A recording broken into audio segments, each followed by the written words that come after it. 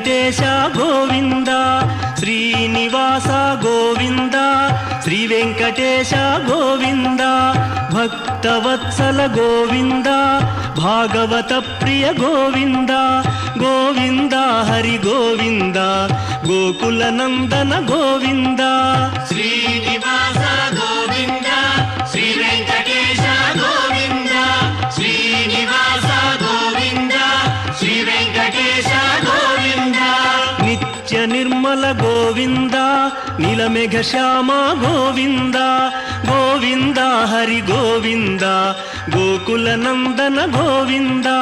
శ్రీనివాస గోవింద, శ్రీ వెంకటేశ గోవింద, శ్రీనివాస గోవింద, శ్రీ వెంకటేశ గోవింద.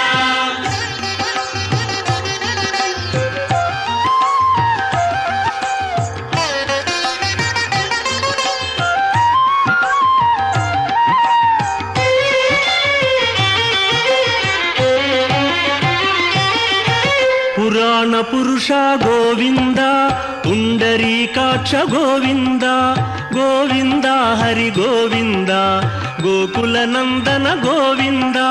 శ్రీనివాస గోవింద, శ్రీ వెంకటేశ గోవింద, శ్రీనివాస గోవింద, శ్రీ వెంకటేశ గోవింద. నందనందన గోవింద, నవనీత చోర గోవింద, గోవింద హరి గోవింద, గోకుల నందన గోవింద. శ్రీనివాస గోవింద, శ్రీ వెంకటేశ గోవింద, శ్రీనివాస గోవింద, శ్రీ వెంకటేశ గోవింద.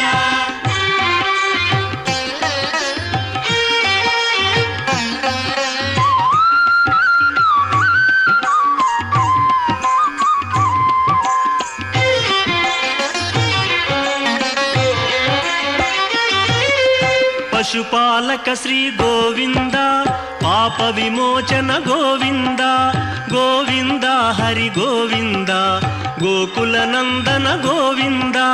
శ్రీనివాస గోవింద, శ్రీ వెంకటేశ గోవింద, శ్రీనివాస గోవింద, శ్రీ వెంకటేశ గోవింద. దుష్ట సంహార గోవింద, దురిత నివారణ గోవింద, గోవింద హరి గోవింద, గోకుల నందన గోవింద. శ్రీనివాస గోవింద, శ్రీ వెంకటేశ గోవింద, శ్రీనివాస గోవింద, శ్రీ వెంకటేశ గోవింద.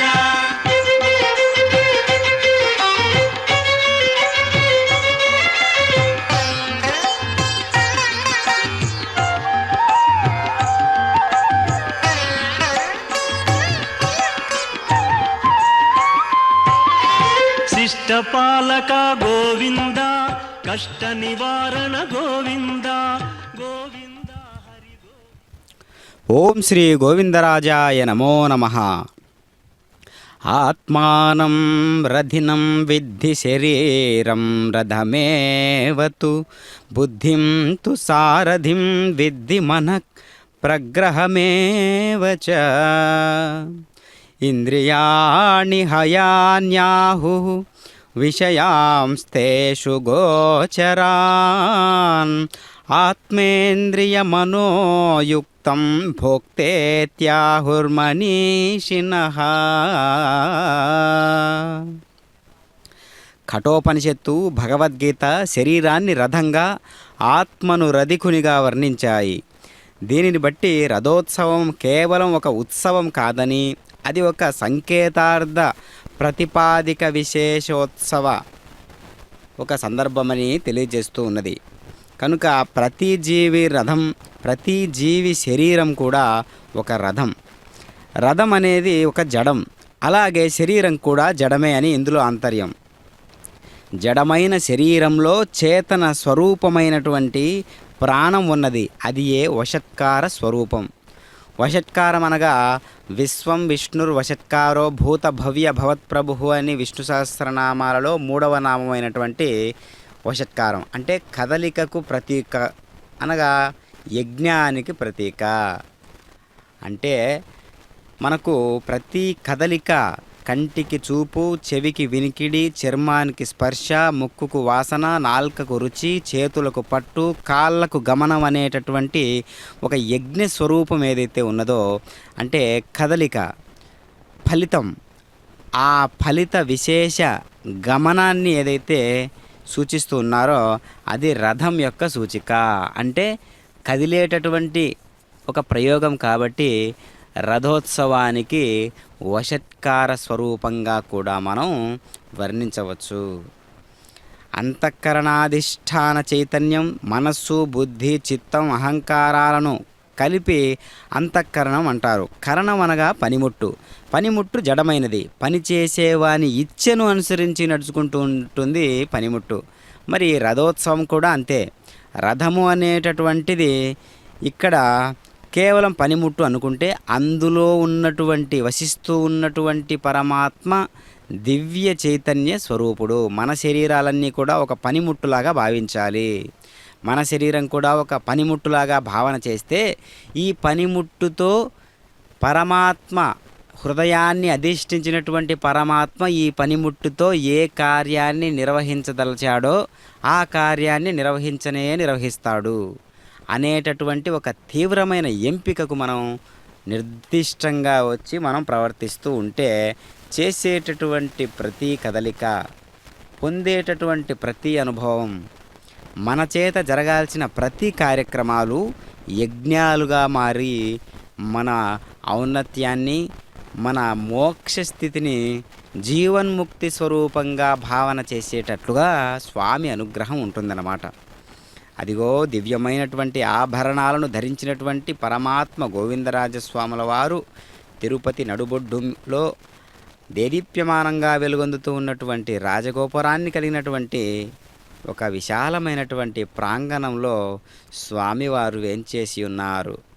చక్కగా తిరువేంకటనామధారి అయినటువంటి పరమాత్మ ఎంతో అనుగ్రహ భాసనను కలుగజేస్తూ బుగ్గన చుక్కను ధరించి అభయహస్తాన్ని మనందరికీ కూడా అనుగ్రహిస్తూ దివ్యమైనటువంటి రకరకాల పుష్ప విశేషాదులతో పరిమళిస్తూ ఉన్నటువంటి మాలను ధరించినటువంటి వాడై మనకు దర్శనమిస్తూ ఉన్నాడు పరమాత్మ. చక్కగా దేవేరులతో కలిసి ఈనాటి రథోత్సవంలో ఎంతో ఠీవీగా రాజసోపేతమైనటువంటి ఆసనంలో కూర్చొని స్వామివారు మనకు దర్శనమిస్తూ ఉన్నారు. అదిగో రథానికి చక్కనైనటువంటి కలశం, ఆ కలశం పైన గొడుగులు, ఆ గొడుగుకు పువ్వులతో తొడుగులు, అత్యద్భుతంగా వస్త్రాన్ని శంకుచక్ర నామాదులతో అలంకరించబడినటువంటి వస్త్రాన్ని అలంకరణగా ఎంత చక్కగా తీర్చిదిద్దారో మనం చూస్తూ ఉన్నాం. మందమైనటువంటి ఆ వస్త్రం గాలి, ఎండ, వానలన్నిటికీ కూడా తట్టుకునేటట్లుగా మనకు అది గోచరిస్తూ ఉన్నది. దివ్యమైనటువంటి రథోత్సవం గోవిందరాజుల గుడి ప్రాంగణంలో ఎప్పుడూ కూడా అలా ఒకచోట మనకు ఆలయానికి ఎడమ చేతి భాగంలో ఉంటుంది. మనం ప్రతిరోజు దర్శించినప్పుడల్లా అనుకుంటూ ఉంటాం, ఈ రథోత్సవం కదిలేటటువంటి గమనాన్ని మనం ఎప్పుడు చూస్తామా అని. ఆ శుభదినం నేడు వచ్చింది కదా. పరమాత్మ అదిగో దివ్యమైనటువంటి చైతన్య స్వరూపుడై ఎంతో చక్కనైనటువంటి అలంకరణలతో ఈ యొక్క రథాన్ని, ఆ నిర్మాణము, ఆ నిర్మాణానికి అలంకరణ చక్కగా తీర్చిదిద్దారు. అదిగో స్వామివారి యొక్క ప్రభ వెలుగుతుంది అని చెప్పడానికి రథాన్ని చూస్తే చాలు మనకు అవగతమవుతూ ఉంటుంది. గోవిందరాజుల స్వామిల వారు గోవిందరాజస్వామి వారే అన్నట్లుగా ఆ రాజసోపేతమైనటువంటి విధి విధానాలన్నీ కూడా నిర్వహించుకుంటూ ఉన్నారు పరమాత్మ. కాబట్టి ఇక్కడ సారథి పరమాత్మ. అంతఃకరణంలోని నాలుగింటిలో బుద్ధికి మాత్రమే నిశ్చయాత్మకమైనటువంటి ఒక ప్రజ్ఞ ఉంటుంది. కాబట్టి పరమాత్మ ఏమంటున్నాడు? బుద్ధి నేనే అంటున్నాడు. ప్రాణులందరి జీవుని నేనే అంటున్నాడు, మనస్సు నేనే అంటున్నాడు. ఆ కారణం చేతనే మిగిలిన మనస్సు, చిత్తము, అహంకారాలను వదిలి పరమాత్మ బుద్ధిని సారథిగా చేసుకున్నాడు. బుద్ధిని సారథిగా చేసుకోవడం అంటే అక్కడ అది నిశ్చయాత్మకమైనటువంటి ప్రజ్ఞతో ఉంటుంది. కాబట్టి మనందరం కూడా బుద్ధిని సారథిగా చేసుకోవాలి, మనస్సును కాకుండా. అదే అంతర్యాన్ని ఇక్కడ మనం గమనించాలి. ఓం శ్రీ గోవిందరాజాయ నమో నమః.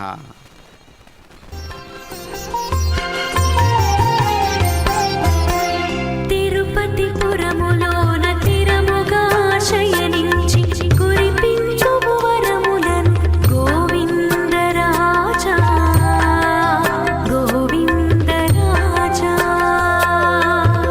తిరుపతి పురములోన తిరముగా శయనించి కురిపించుము వరములను గోవిందరాజా గోవిందరాజా.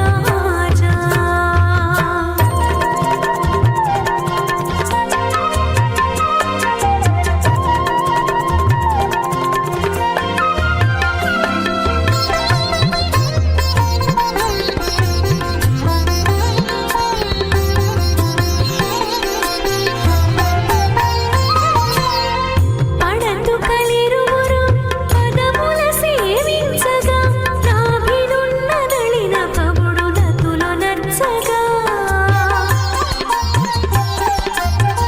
పడతు కలిరువురు పదముల సేవించగా నాభినున్న నళిన కవుడు నతులు నర్చగా.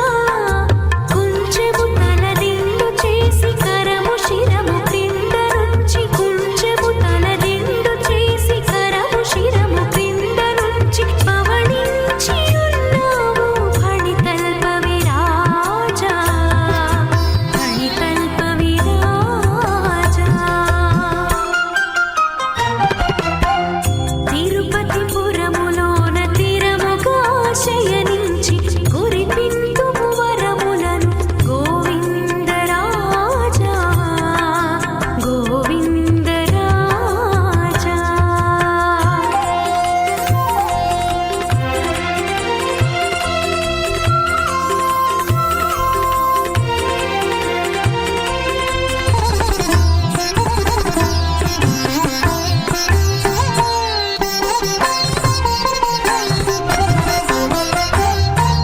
కొండపైనలో నీవే క్రిందనున్నది నీవే గుండెలలో కొలువైన గోవిందుడవే.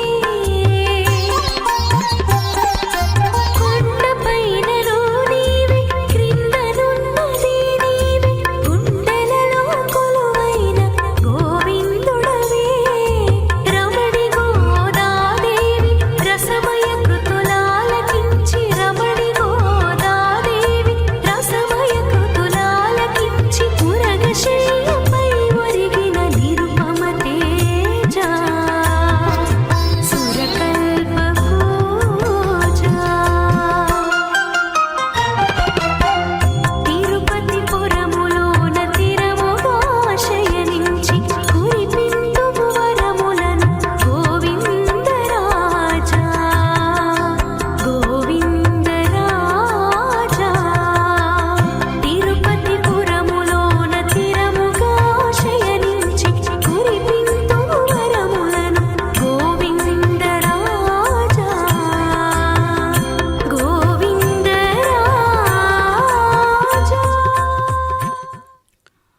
ఓం శ్రీ గోవిందరాజాయ నమో నమః.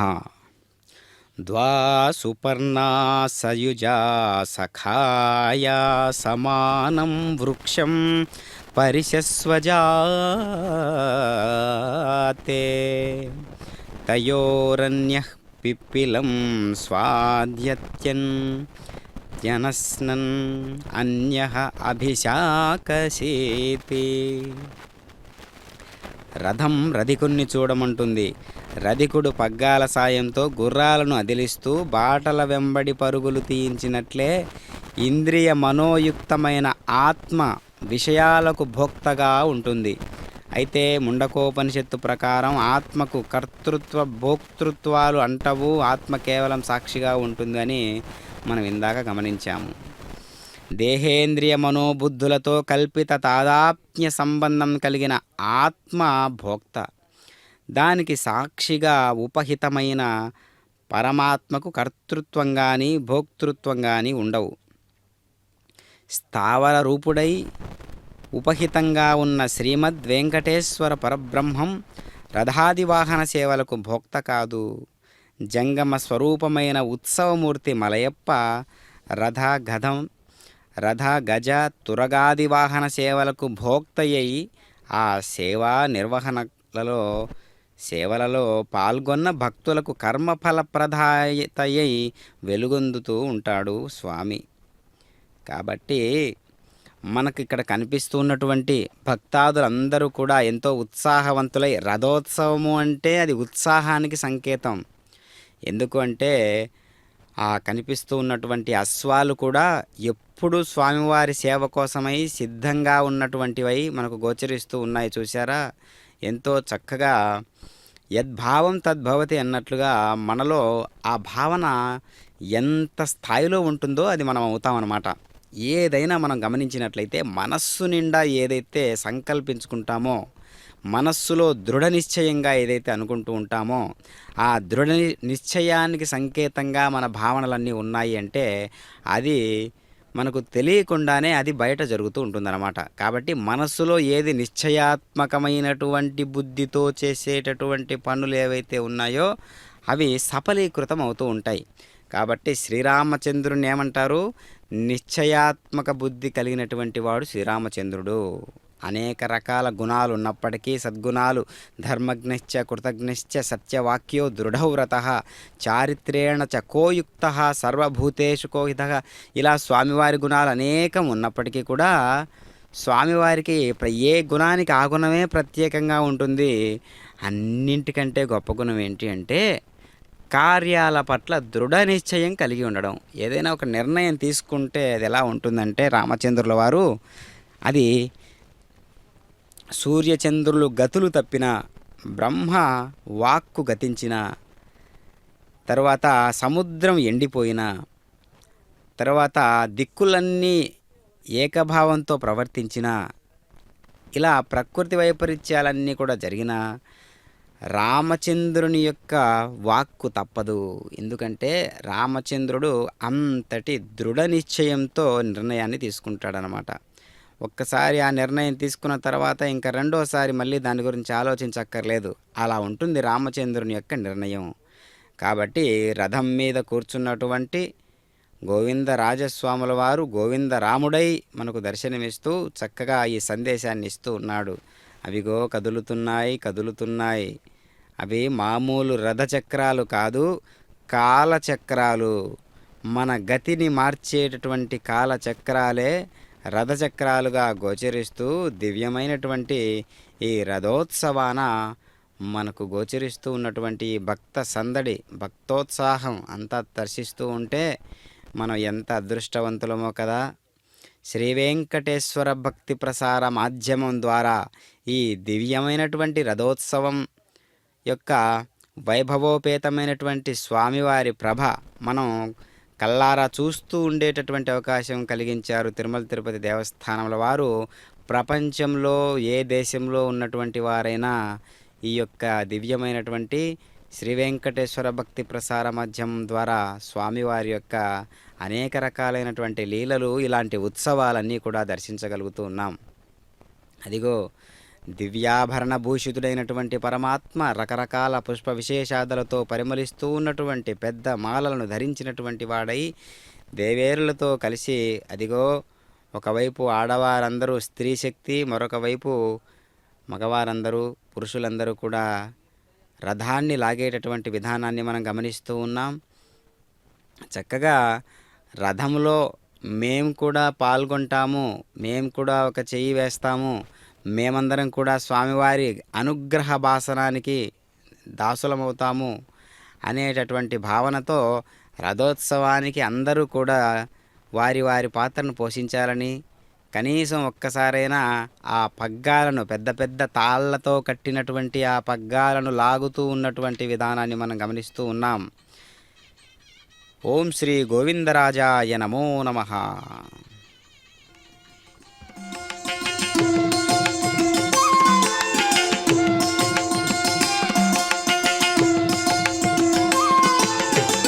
కొలువై ఉన్నాడు వీడే గోవిందరాజు, కొలువై ఉన్నాడు వీడే గోవిందరాజు, కొల కొల నేగి వచ్చే గోవిందరాజు, కొలువై ఉన్న కొల కొల నేగి వచ్చే గోవిందరాజు కొలువై ఉన్నాడు వీడే గోవిందరాజు.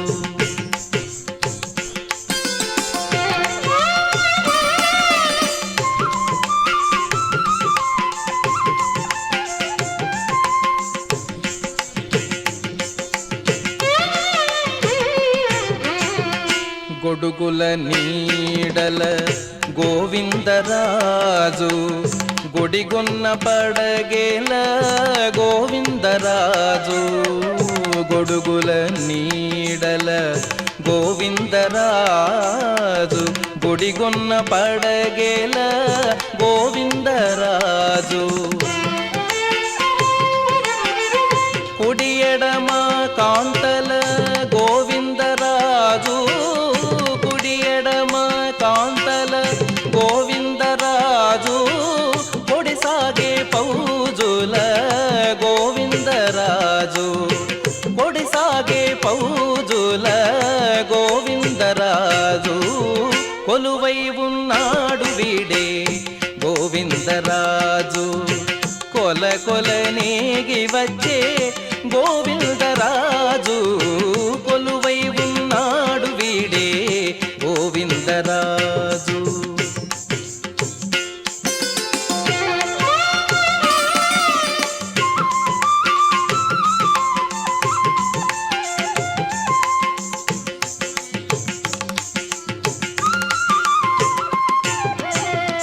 గొప్ప గొప్ప పూదండల గోవిందరాజు గొప్పేటి వింజామరల గోవిందరాజు. గొప్ప గొప్ప పూదండల గోవిందరాజు గొప్పేటి వింజామరల గోవిందరాజు. కొప్పుపై చూగులతోడి గోవిందరాజు కొప్పుపై చూగులతోడి గోవిందరాజు. కుప్పి కటారములతోడి గోవిందరాజు కుప్పి కటారములతోడి గోవిందరాజు కొలువై ఉన్నాడు వీడే గోవిందరాజు. కొల కొల నేగి వచ్చే గోవిందరాజు కొలువై ఉన్నాడు వీడే గోవిందరాజు.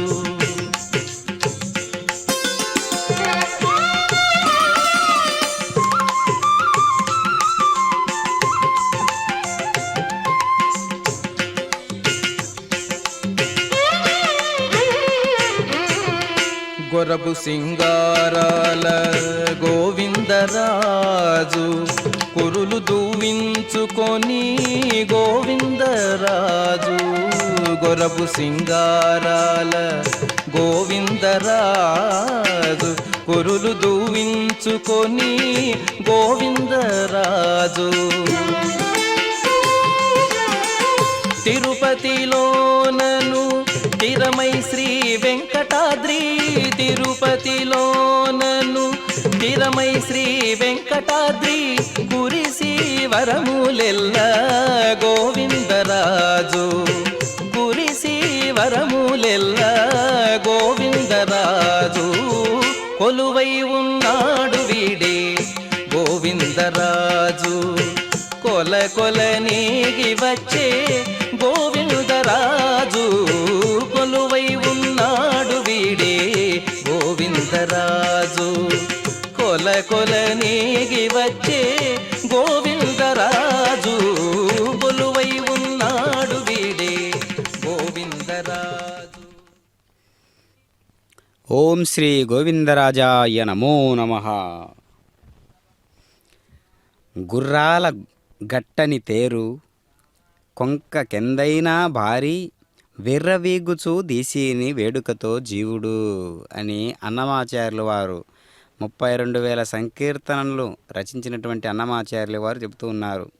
సరి పెరుదే రెండు జంట బడికండ్లు సరవితో బాదాలు చాపు నొగలు గరిమ జూపులు రెండు గట్టిన పగ్గములు దొరయై దేహరథము బోలి బో జీవుడు పంచభూతములు పంచవన్యకోస్కలు పంచల చేతులు రెండు బలు టెక్కెలు మించైన శిరసే మీదనున్న శిఖరము పంచేంద్రియ రథము పరపీబో జీవుడు పాపపుణ్యములు రెండు పక్కనున్న చీలలు తోపుల అన్నపానాలు దుబ్బుడెడ్లు ఏపున శ్రీవేంకటేశుడెక్కి వీధుల నెగగా కాపాడి నర రథము నడిపీబో జీవుడు అని స్వామివారి పైన రచించినటువంటి సంకీర్తన. అంటే జీవుణ్ణి ఏ విధంగా వర్ణిస్తూ ఉన్నాడో చూసారా ఇక్కడ.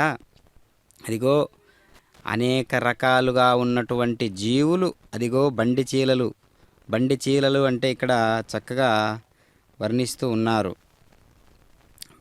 పంచల చేతుల రెండు బలు టెక్కలు మించైన శిరసే మీదనున్న శిఖరము పంచేంద్రియ రథము వరపీబో జీవుడు అంటూ ఉన్నాడు ఇక్కడ. కాబట్టి ఆ పాపపుణ్యములు రెండు పక్కనున్న చీలలు, ఆ రథానికి ఉన్నటువంటి చీలలు ఉన్నాయి కదా, ఆ చీల ఉండడం వల్లనే రథం అటుగా బయటికి రాకుండా, ఆ రథం నుంచి వేరు కాకుండా కాపాడేటటువంటి చీల అంటున్నాడు అక్కడ. ఆ చీలలు ఏవి ఇక్కడ అంటే పాపపుణ్యములు అనేటటువంటి రెండు పక్కనున్న చీలలు.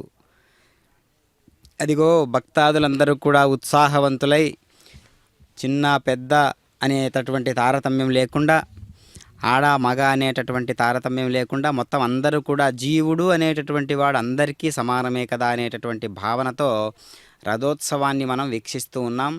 భక్తాదులందరూ కూడా రథాన్ని లాగేటటువంటి విధానాన్ని మనం గమనిస్తూ ఉన్నాం చక్కగా. అదిగో స్వామివారి ప్రభ ఆ విధంగా వెలుగుతూ ఉన్నది. దివ్య మనోహరుడై గోవిందరాజస్వాముల వారు ఈ యొక్క చక్కనైనటువంటి రథోత్సవంలో అమూల్యమైనటువంటి దివ్యాభరణ భూషితుడైనటువంటి పరమాత్మ యొక్క అనుగ్రహం ఏ విధంగా మనకు ఉంటుంది అంటే ఈ రథోత్సవంలో భాగంగా మనం చూస్తూ ఉన్నాం.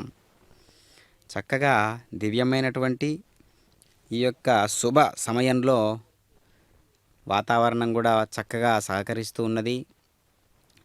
గోవిందరాజస్వాముల వారి యొక్క మాడ వీధుల నిండుగా ఆ జన సాంద్రత, భక్త సాంద్రత చూస్తూ ఉంటే సాధకులైనటువంటి వారందరూ కూడా గోవిందరాజస్వాముల వారి యొక్క అనుగ్రహాన్ని పొందేటందుకు ఎంతటి పాత్ర పొంది ఉన్నారో కదా అన్నట్లుగా మనకు గోచరిస్తూ ఉన్నది. స్వామివారు హారతిని అందుకుంటూ ఉన్నారు, ఆత్మహారతిని అందుకుంటూ ఉన్నారు గోవిందరాజస్వాముల వారు. ఈ శరీరం గుర్రాలు గట్టని తేరు, దీనికి కొంకక జంకక నడిపేవాడు జీవుడు. జీవుడు నడిపే నర రథానికి పిరుదులు బండి కండ్లు, పాదాలు నొగలు. అంటే ఈ శరీరమే రథంగా భావించినప్పుడు రథచక్రాలు, తర్వాత బండి చీలలు, పైనున్నటువంటి గోపురం ఇవన్నీ వర్ణించాలి కదా మన శరీరాన్ని పోల్చుకున్నప్పుడు. ఇక్కడ అదే చూపిస్తూ ఉన్నారు. పాదాలు నొగలు, చూపులు పగ్గాలు, పంచభూతాలు పంచవన్యలు, అలంకరణ వస్త్రాలు, చేతులు టెక్కెములు, శిరస్సు రథ శిఖరం, పాపపుణ్యాలు ఇరుగడలనున్న చీలలు, అన్నపానాలు రథాన్ని నెట్టడానికి ఉపయోగించే తెడ్లు. మనం ఆహారం తీసుకుంటాం కదా, అది రథాన్ని నెట్టడానికి సహాయం చేసేటటువంటి తెడ్లు అంటున్నాడు. అటువంటి రథంలో జీవరూపంలో ఆభాసుడైనటువంటి శ్రీవేంకట ప్రభు అంశీభూతమైనటువంటి వైష్ణవతత్వానికి సంకేతమైనటువంటి శ్రీ గోవిందరాజస్వాముల వారి యొక్క దివ్య ప్రభ మాడవీధులలో వెలుగొందుతూ ఉన్నది. అవిగో కదులుతూ ఉన్నాయి రథచక్రాలు, కాలమనే రథచక్రాలు జీవుణ్ణి ముందుకు సాగనిస్తూ ఉన్నాయి చక్కనైనటువంటి రథచక్రాలు. పెద్ద పెద్ద రథచక్రాలతో కూడినటువంటి ఈ రథం ఎప్పుడెప్పుడు కదులుతుందా అని తిరుపతి వాసులందరూ కూడా అటు ఇటు వెళ్ళేవారందరూ కూడా చూస్తూ ఉంటారు. ఎందుకంటే మనం పెద్ద పెద్ద దేవాలయాల్లో కూడా ఈ విశేషాన్ని గమనిస్తూ ఉంటాం.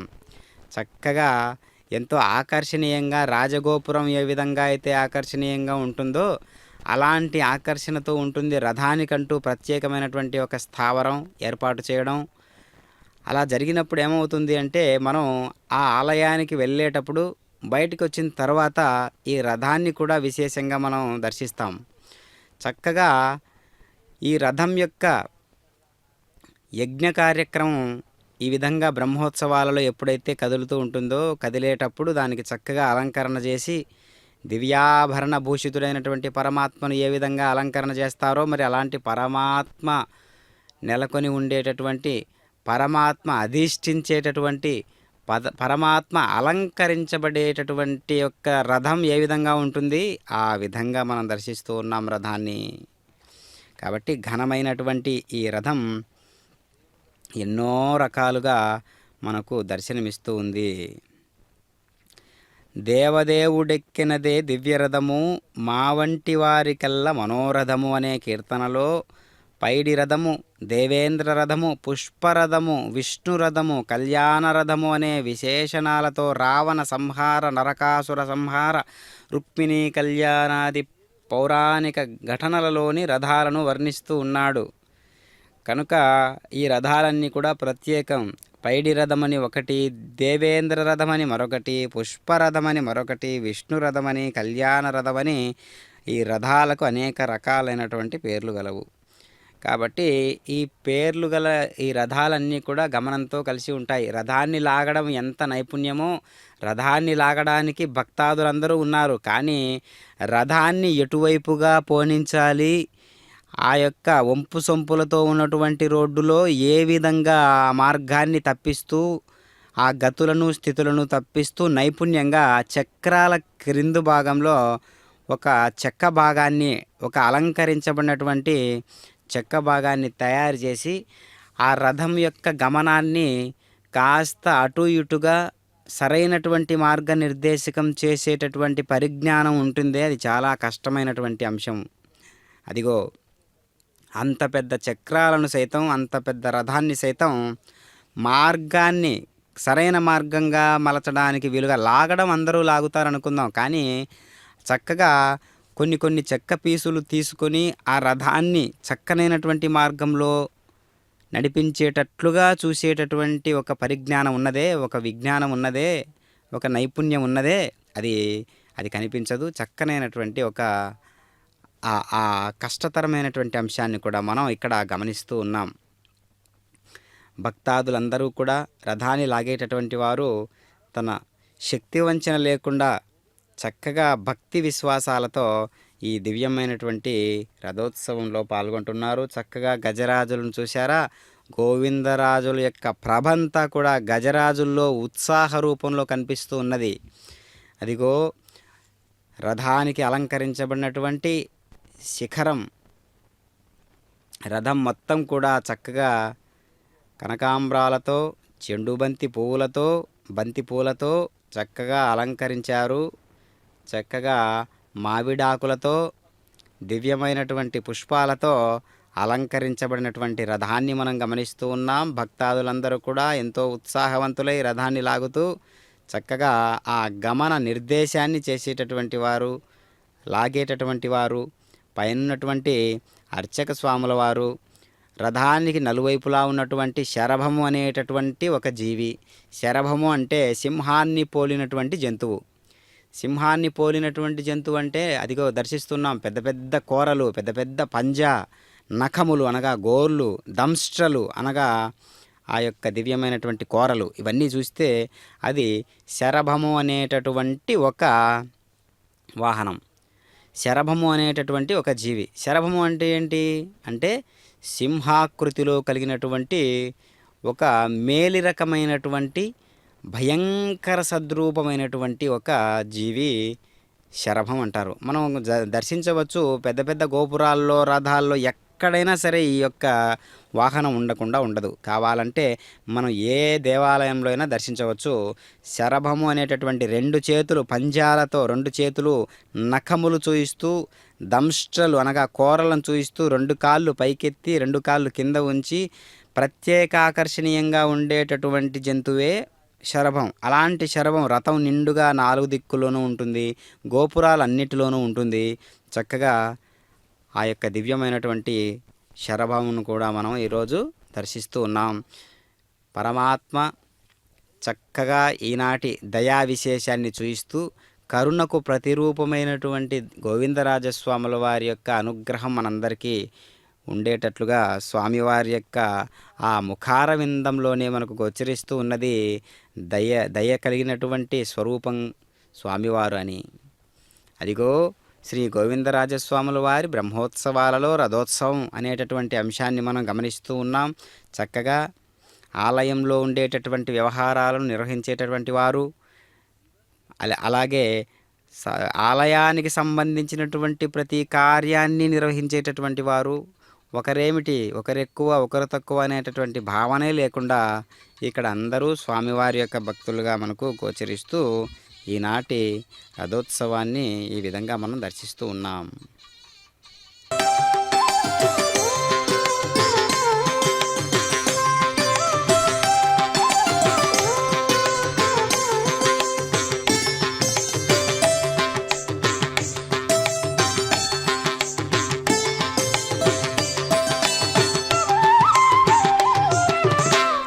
కొమ్మలాల ఎంత వాడే గోవిందరాజు, కొమ్మలాల ఎంత వాడే గోవిందరాజు, కుమ్మరించి రాజసమే గోవిందరాజు, కొమ్మలాల ఎంత వాడే గోవిందరాజు, కుమ్మరించి రాజసమే గోవిందరాజు, కొమ్మలాల ఎంత వాడే గోవిందరాజు.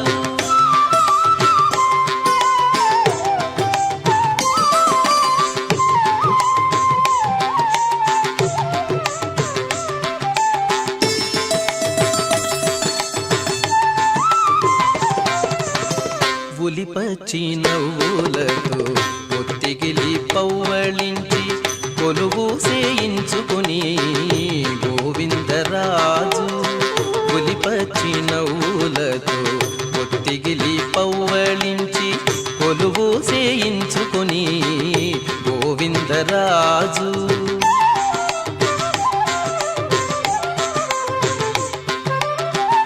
జలజాక్షులిద్దరూను సరిపాదాలొత్తగాను కొలది మీర మెచ్చిని గోవిందరాజు, జలజాక్షులిద్దరూను సరిపాదాలొత్తగాను కొలది మీర మెచ్చిని గోవిందరాజు, కొమ్మలాల ఎంత వాడే గోవిందరాజు, కుమ్మరించి రాజసమే గోవిందరాజు, కొమ్మలాల ఎంత వాడే గోవిందరాజు.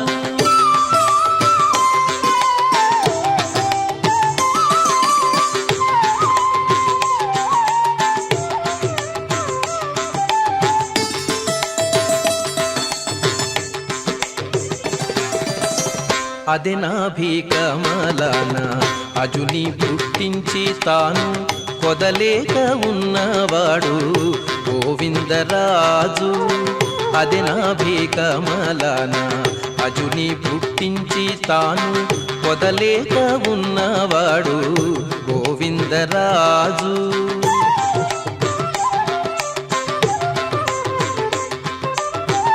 చదరక తన వద్ద సేవ చేసే సతులకు గుదిగుచ్చి వలపులు గోవిందరాజు, చదరక తన వద్ద సేవ చేసే సతులకు గుదిగుచ్చి వలపులు గోవిందరాజు, కొమ్మలాల ఎంత వాడే గోవిందరాజు, కుమ్మరించి రాజసమే గోవిందరాజు, కొమ్మలాల ఎంత వాడే గోవిందరాజు.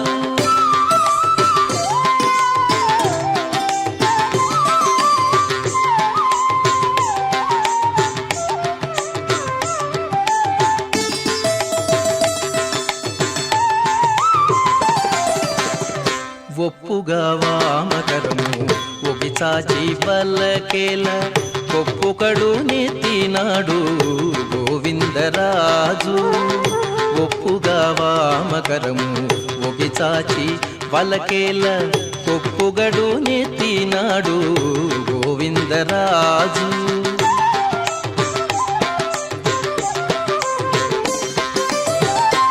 ఇప్పుడు శ్రీ వెంకటాద్రి నిరవై శంకు చక్రాలు కుప్పే కటారము బట్టే గోవిందరాజు.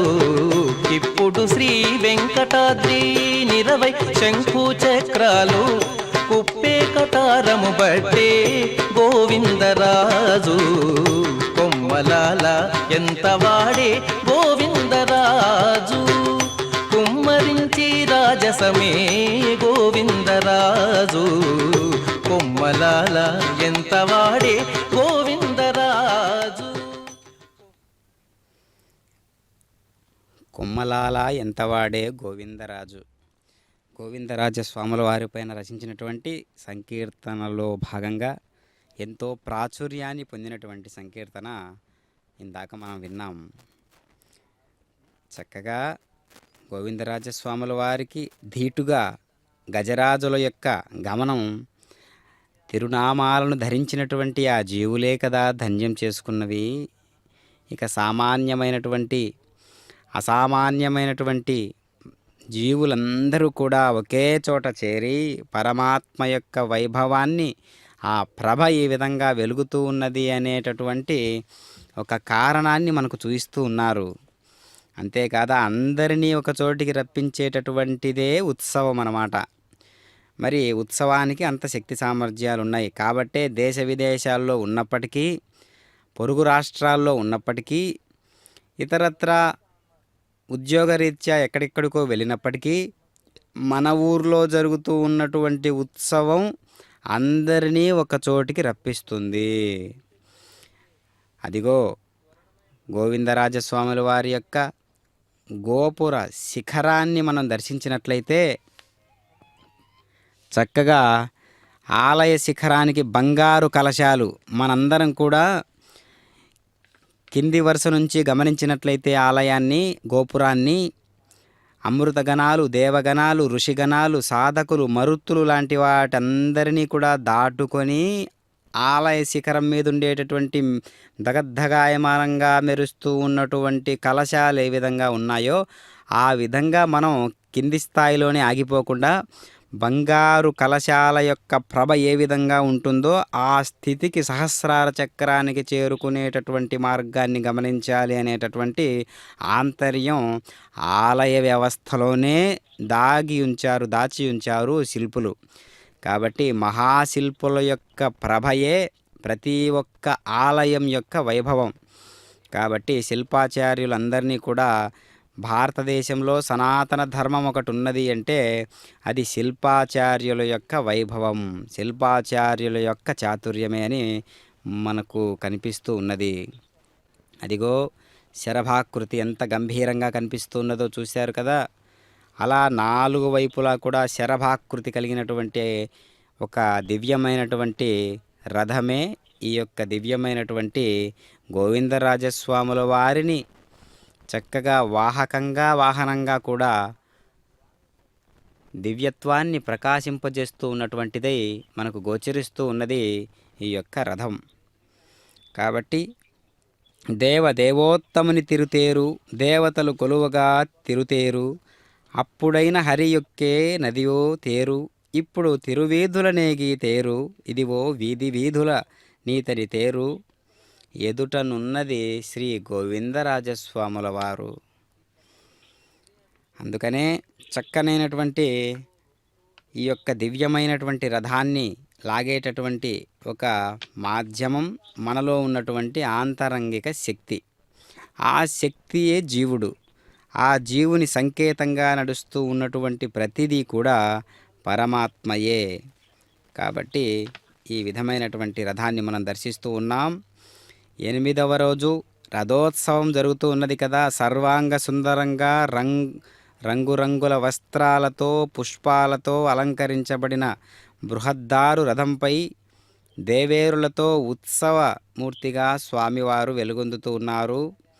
బలమైన పొడవాటి త్రాళ్ళు కట్టి అత్యంత వైభవోపేతమైనటువంటి గోవిందరాజస్వాముల వారిని అత్యంత భక్తి శ్రద్ధలతో భక్తులు ఈ రథాన్ని లాగుతూ ఉన్నారు. పురాతన దారు శిల్ప కళా నైపుణ్యానికి నిదర్శనంగా చెప్పదగిన రథంపై అనేక నగిషీలు దర్శనమిస్తూ ఉన్నాయి. 4 చక్రాలు కల ఈ బృహద్రథాన్ని అత్యంత చాకచక్యంగా నియంత్రించగల నిపుణుల సమక్షంలో ఈ ఉత్సవం జరుగుతూ ఉన్నది. 6వ రోజు సాయంకాలం స్వామి స్వర్ణరథంపై ఊరేగుతారు. స్వర్ణరథంపై ఊరేగిన స్వామి మరల దారురథంపై కూడా ఊరేగడం ద్విగుణీకృతమైనటువంటి దయాతత్వానికి నిదర్శనం. ఇక్కడ స్వర్ణరథము అంటే మానసికంగా మనం అనుభవించాలి. చక్కగా యద్భావం తద్భవతి అని అనుకున్నాం కదా. యద్భావం తద్భవతి. స్వామి, ఈ దేహము నీకోసం ప్రయోగించబడుతూ ఉన్నటువంటి రథము అనేటటువంటి భావన మనం చేస్తూ ఉండాలి. కురుక్షేత్రంలో శ్రీకృష్ణుడు నడిపిన రథం ఖాండవనం దహించేందుకు సాయం చేసిన కృష్ణార్జునులకు బహుమానంగా అగ్నిదేవుడు సంగినది. సంగ్రామానంతరం ఆ రథం దగ్ధమైనట్లు భారత కథ కదా. వేల కొలది రథాలు ఆ యుద్ధంలో ధ్వంసమైనాయి. కర్ణుని రథం భూమిలోకి కృంగిపోయినది. కర్ణుడు నాగాస్త్రాన్ని ప్రయోగించినప్పుడు కృష్ణుడు అర్జునుని రథాన్ని భూమిలోనికి అణిగిపోయేటట్లుగా అదుముతాడు కదా. అభిమన్యుడు రథచక్రంతో పద్మవ్యూహంలో యుద్ధం చేస్తాడు. దేవకీ వసుదేవులను కంసుడు రథంలో తీసుకెళుతున్నప్పుడే దేవకీదేవి అష్టమ గర్భం వల్ల కంసునికి ప్రాణహాని కలుగుతుందని ఆకాశవాణి హెచ్చరిస్తుంది కదా. ద్రోణుని అభీష్టం మేరకు అర్జునుడు ద్రుపదుణ్ణి రథపుటెక్కానికి బంధించి తెస్తాడు. కాబట్టి రథాల గురించి వైశిష్ట్యం అనేకం ఉన్నది. వేదాలలో కూడా రథము రధికారుల గురించి అత్యద్భుతమైనటువంటి ఒక విశేషమైనటువంటి సాహిత్యం ఉన్నది. భారతం క్షత్రియగాథం కనుక భారతం నిండా రథాల ప్రస్తావనే ఉంటుంది. ధనుర్యాగం చేస్తున్న కంసుడు బలరామకృష్ణుల్ని తీసుకురావడానికి రథాన్ని పంపుతాడు. ఆ రథ చోదకుడు అక్రూరుడు. అతను నీటిలో మునిగినప్పుడు రథంపైనున్న స్వామిని నీటిలో కూడా దర్శించి స్వామి యొక్క సర్వవ్యాపకత్వాన్ని అనుభవంగా పొందుతాడు. కాబట్టి బ్రహ్మోత్సవాలలో ప్రతి వాహనం ముందు ప్రతిదినము బ్రహ్మరథం వెళ్తుంది. ఇది మనం గమనించాలి. ప్రతి వాహనం ముందు ఉంటుంది బ్రహ్మరథం. అది ఒక లాంఛనం. ఆపై గజ తురగ వృషభాదులు ముందు నడుస్తుండగా స్వామివారి వాహన సేవ జరుగుతూ ఉంటుంది. ఈ బ్రహ్మరథం శూన్యరథం, అందులో ఏమీ ఉండదు. అది నిగూఢమైన తత్వరహస్యం. పరబ్రహ్మ అవికారి, నిరాకారుడు, నిర్వికల్పుడని శూన్యరథం ప్రబోధిస్తుండగా స్వర్ణరథ దారురథాలు సవికల్ప సాకార వైభవాన్ని ప్రస్ఫుటింపజేస్తూ ఉంటాయి.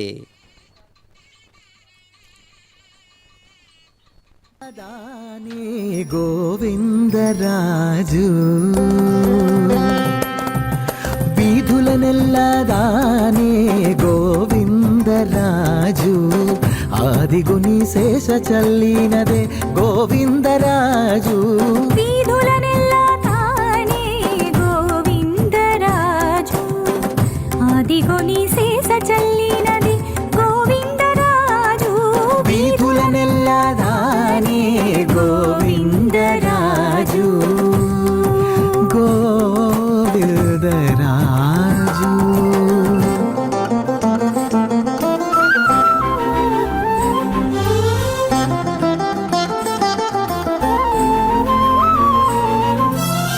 చెక్కుటద్దము ఇద్దరు చెలులకు చూపుతాను వెక్కసమై మెరసి గోవిందరాజు. చెక్కుటద్దములు ఇద్దరు చెలులకు చూపుతాను వెక్కసమై మెరసి గోవిందరాజు. చిక్కని వెన్నెల తేట సెలవులు చిందుతాను. చిక్కని వెన్నెల తేట సెలవుల జిందుతాను. ఒక్కరతో మాటలాడినదే గోవిందరాజు. వీధుల నెల్ల తానే గోవిందరాజు ఆదిగొని శేష చల్లినదే గోవిందరాజు. వీధుల నెల్లదానే గోవిందరాజు.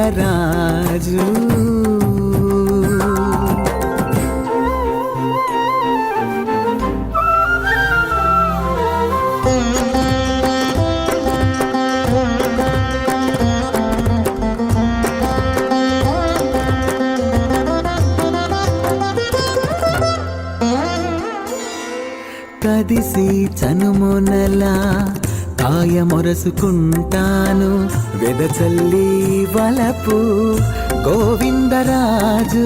కదిసి చనుమొనల కాయమొరసుకుంటాను వెదచల్లి వలపు గోవిందరాజు.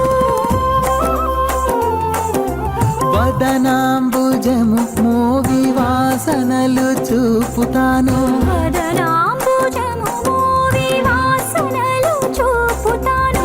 అది నీ దొడలు చేతనదే గోవిందరాజు.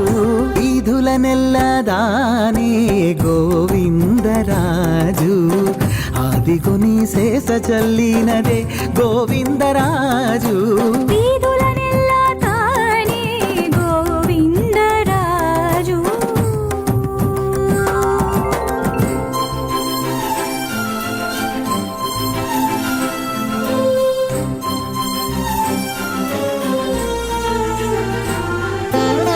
పరిమళములు జూచి పడతుల తురుములు విరుల వేసేని గోవిందరాజు. పరిమళములు చూచి పడతుల తురుములు వీరుల వేసిని గోవిందరాజు. సురత మర్మములెల్లా చూపి కాగిళ్ళను గూడిని. సురత మర్మములెల్లా చూపి కాగిళ్ళను గూడిని. అరుదై శ్రీ వెంకటాద్రి నది గోవిందరాజు.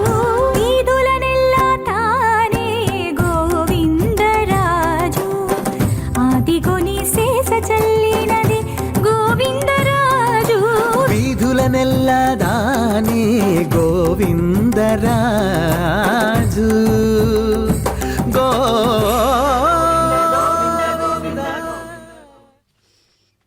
ఓం శ్రీ గోవిందరాజాయ నమో నమః.